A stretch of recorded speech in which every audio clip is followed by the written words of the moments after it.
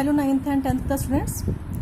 As you know, our council, CISCE council has reduced the syllabus structure of the 9th onward classes. So I am here today to guide you how much history and civics syllabus is reduced by the council. First of all, if I am talking about the paper pattern, so students, the paper pattern will remain the same as the previous one. Means in the same way, the paper of history and civics will be divided into two parts, part 1 and part 2. Part 1 carries 30 marks and it will contain short question answers from entire syllabus. And from part 2, 50 marks will be there and it consists of section A and section B. In section A, that is of the civics part, there will be given 3 questions and out of 3 you have to attempt the 2 questions. And after this, from section B, that is the history part, there will be 5 questions and you have to attempt the 3 questions. Okay, that in this way the paper 1 and part 1 and part 2 are the same. Means the structure of the paper, जो paper का structure है वो same है, उसमें कोई भी changes नहीं हुए हैं. Changes is only in your syllabus. Okay, so students, firstly I will discuss the 9th class syllabus and then 10th class. Firstly, 9th class students, you should keep your books in your hand and deduct the chapters or topics which I am telling to you. Firstly, if I am talking about the first topic, our constitution. So students, in our constitution, the syllabus is same almost, but here is one change, that is in the fundamental rights you have to note down only the names. Only you learn the names only. Fundamental rights की अब आपको देखो detail में study नहीं करनी है, यहाँ पर स्पेसिफिक कर दिया काउंसिल ने, that is names only. Fundamental rights names only. Okay, उसके बाद हमारी फंडामेंटल ड्यूटीज है. Directive principle of state policy only meaning, welfare state meaning only. Welfare state का भी आपने मीनिंग ही रिवाइज करना है only. Okay, so this is the first change. Second chapter जो हमारा है सिविक्स का election, that is complete as it is. Third chapter local self government. अब जो थर्ड पार्ट है लोकल सेल्फ गवर्नमेंट का, अब यहाँ पे देखो जो जिला परिषद के आगे आपको गिवन है, पहले देखो जो हमारा जो 3 टायर सिस्टम था, ग्राम पंचायत, पंचायत समिति एंड जिला परिषद.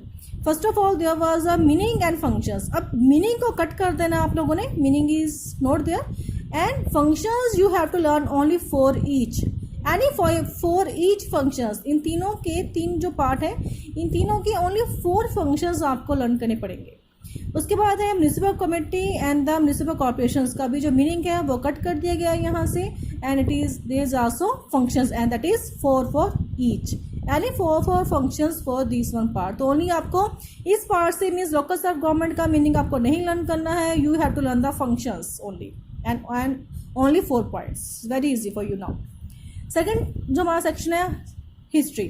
अब देखो हिस्ट्री में क्या है, फर्स्ट जो पार्ट है हमारा Harappan civilization, sources all are there.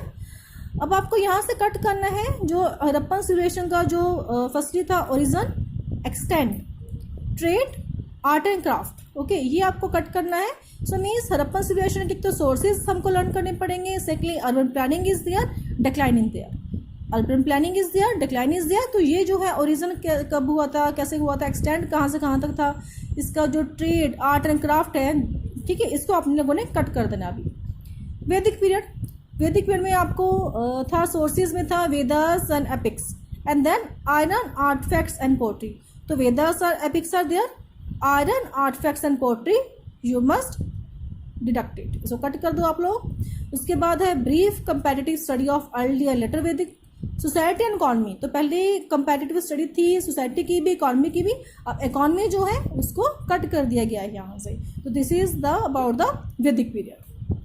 Next is our third part Jainism Buddhism.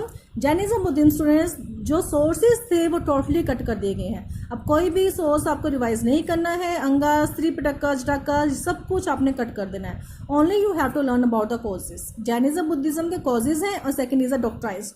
2 topics हैं हम यहाँ पर जैनिज्म बुद्धिज्म के, कॉजेज फॉर द राइज और Jainism and Buddhism and second the what were the doctrines. बस मॉडर्न एम्पायर की बात करें तो सोर्सेज, रिमेन है as it is Arthashastra Indica Ashoka अंडिक सांची स्तूपा। कट यहाँ से हुआ है पोलिटिकल हिस्ट्री। जो पोलिटिकल हिस्ट्री थी means about the Chandragupta Maurya, about the Ashoka, ठीक है, जो मौर्य एम्पायर में जो किंग्स हुए थे उनके बारे में जो उनकी पोलिटिकल हिस्ट्री थी उसको कट कर दिया गया है। Now it remains administration only under the Chandragupta Maurya, Ashoka and Ashoka's धम्मा।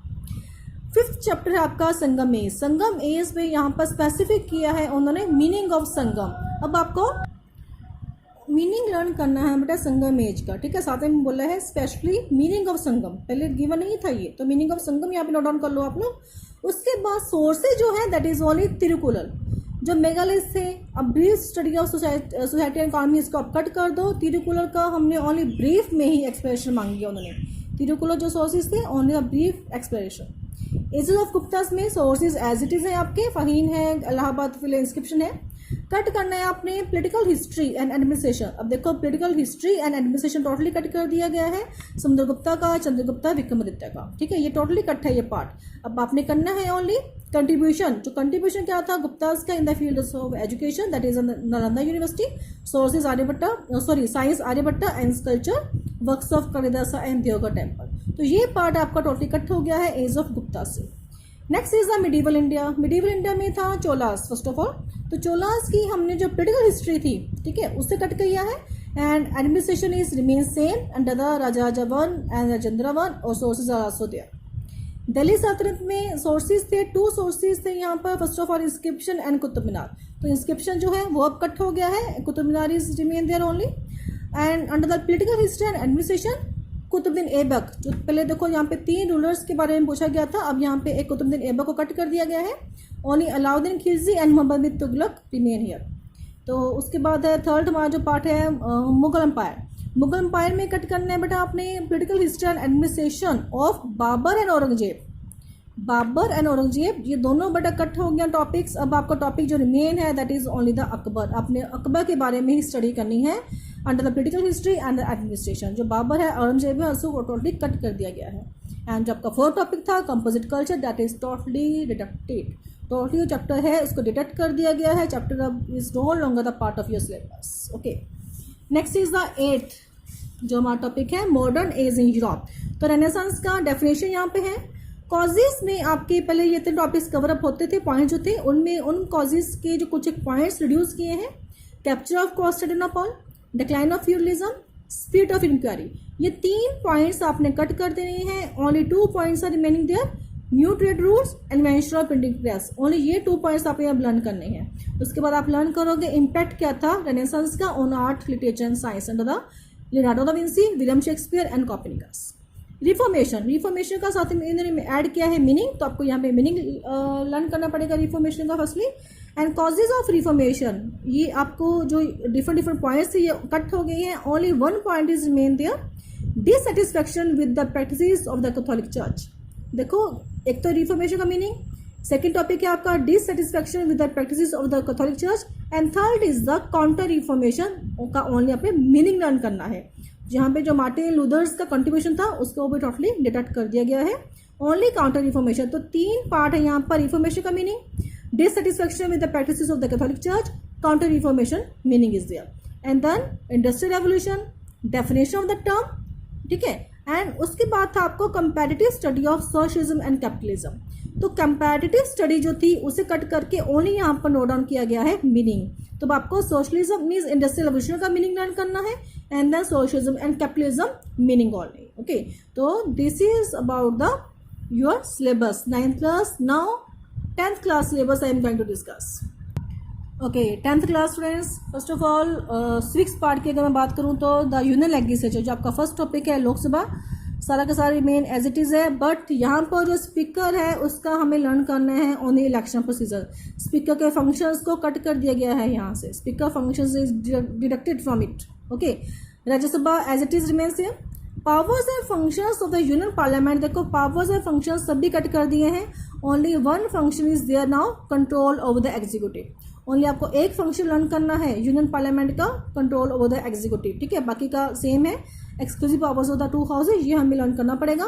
तो जो बाकी के फंक्शंस हैं यू शुड डिडक्ट इट। उसके बाद है union executive, the president. President में क्या है, first part is remain same, powers की बात करें तो एग्जीक्यूटिव लेजिस्लेटिव पावर्स आपके सिलेबस में है, financial and judiciary is deducted. तो फाइनेंशियल एंड जुडिशियल जो पावर्स थी प्रेसिडेंट की उसको कट कर दिया है काउंसिल ने, and discretionary and emergency means ये 4 पावर्स अभी भी आपके सिलेबस में है, but these 2 are deducted. Vice president totally this topic is deducted by the council. देखो वाइस प्रेसिडेंट का टॉपिक आप सिलेबस में नहीं है आपके। उसके बाद आता है president and council of ministers में फर्स्ट आपका appointment, formation of council of ministers, tenure, ये आपका रहेगा। आपने कट क्या करना है, ओनली फंक्शंस, यहाँ से फंक्शंस कट हो रहे हैं, policy making, administrative, legislative, financial, emergency, सारे के सारे फंक्शंस जहाँ से कट कर दिए गए हैं prime minister and the council of ministers के अंडर। बाकी का आपका टॉपिक सारे रिमेन सेम है एज इट इज। जुडिशरी में क्या है, सुप्रीम कोर्ट में आपका था, यहाँ पर एक पार्ट था independence of judiciary from the control of executive and legislature, cut it, okay. बाकी के इसके फंक्शंस रिमेन सेम है। हाई कोर्ट का बेटा देखो काफ़ी पोर्शन जो है वो रिड्यूस कर दिया गया है। हाई कोर्ट में अब आपने करना है ओनली हाई कोर्ट का कंपोजिशन, क्वालिफिकेशन ऑफ जजेस एंड अपॉइंटमेंट, बाकी सारा का सारा जो भी इसके फंक्शंस थे वो कट कर दिए गए हैं। Supreme court remain the same. अब बात आती है हिस्ट्री की। First of all the Indian national movement में देखो फर्स्ट वॉर ऑफ इंडिपेंडेंस, पहले थे 2 टॉपिक्स थे यहाँ पर, कॉजेज एंड कॉन्सिक्वेंसेज। कॉन्सिक्वेंसेज जो है अब कट कर दिए गए हैं, only causes are there. Only आपने फर्स्ट वॉर ऑफ इंडिपेंडेंस में कॉजेज पढ़ने हैं, कॉन्सिक्वेंसेज को स्टडी नहीं करना है। Second is factors leading to the growth of nationalism. अब जो फैक्टर्स थे उनमें से काफ़ी फैक्टर्स को कम कर दिया गया है। Economic exploitation deducted, repressive colonial policies, तो 2 फैक्टर जो मेन फैक्टर्स थे उनको कट कर दिया है। अब बाकी का पार्ट जो है वो आपका रिमेन सेम है, ओके। उसके बाद आता है हमारा third part, that is the first phase of the Indian national movement. First phase आपका एज इट इज है कंप्लीट। सेकेंड फेज में देखो ध्यान से कट करना है, इसमें जो पार्टीशन ऑफ बंगाल के बाद जो दिया था आपको brief mention of Surat split of 1927, तो जो सूरत स्प्लिट है उसे कट कर दो आप। उसके बाद आते हैं आपका factors leading to the formation of the Muslim League. Students अब ध्यान में रखना, जो मुस्लिम लीग है उसमें आप लर्न करना है ओनली ऑब्जेक्टिव्स, ओके। बाकी सारा आपका टॉपिक कट हो गया है, मुस्लिम लीग के ओनली आपने ऑब्जेक्टिव्स ही लर्न करने हैं। जो फैक्टर्स थे leading to the formation of Muslim League that is deducted and brief mention of the significance of the Lucknow pact, जो लखनऊ पैक्ट है उसे भी कट कर दिया है। Second topic is a mass face of the national movement. अब ये गांधीयन जो था उसमें इन्होंने डिडक्ट किया है ओनली डांडी मार्च के बाद गिवन था आपको programme and impact of the movement. Dandi march का जो भी प्रोग्राम था, इम्पैक्ट क्या था इस मूवमेंट का, उसे कट किया है, बाकी आपका रिमेन सेम है।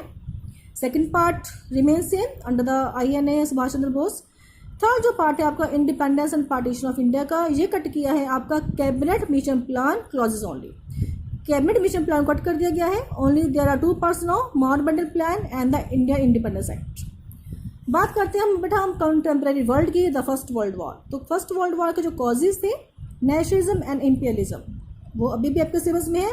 कट हुआ है यहाँ से आर्मामेंट रेस, तो आर्मामेंट रेस जो कॉज था फर्स्ट वर्ल्ड वॉर का उसे कट कर दो आप लोग। उसके बाद थी रिजल्ट। अब देखो रिजल्ट में ओनली आप लर्न करना है ट्रीटी ऑफ वर्सैल्स, ये दोनों पार्ट आपके कट हो गए हैं। जो ट्रीटी ऑफ वर्सैल्स है ओनली वही आपका पार्ट है।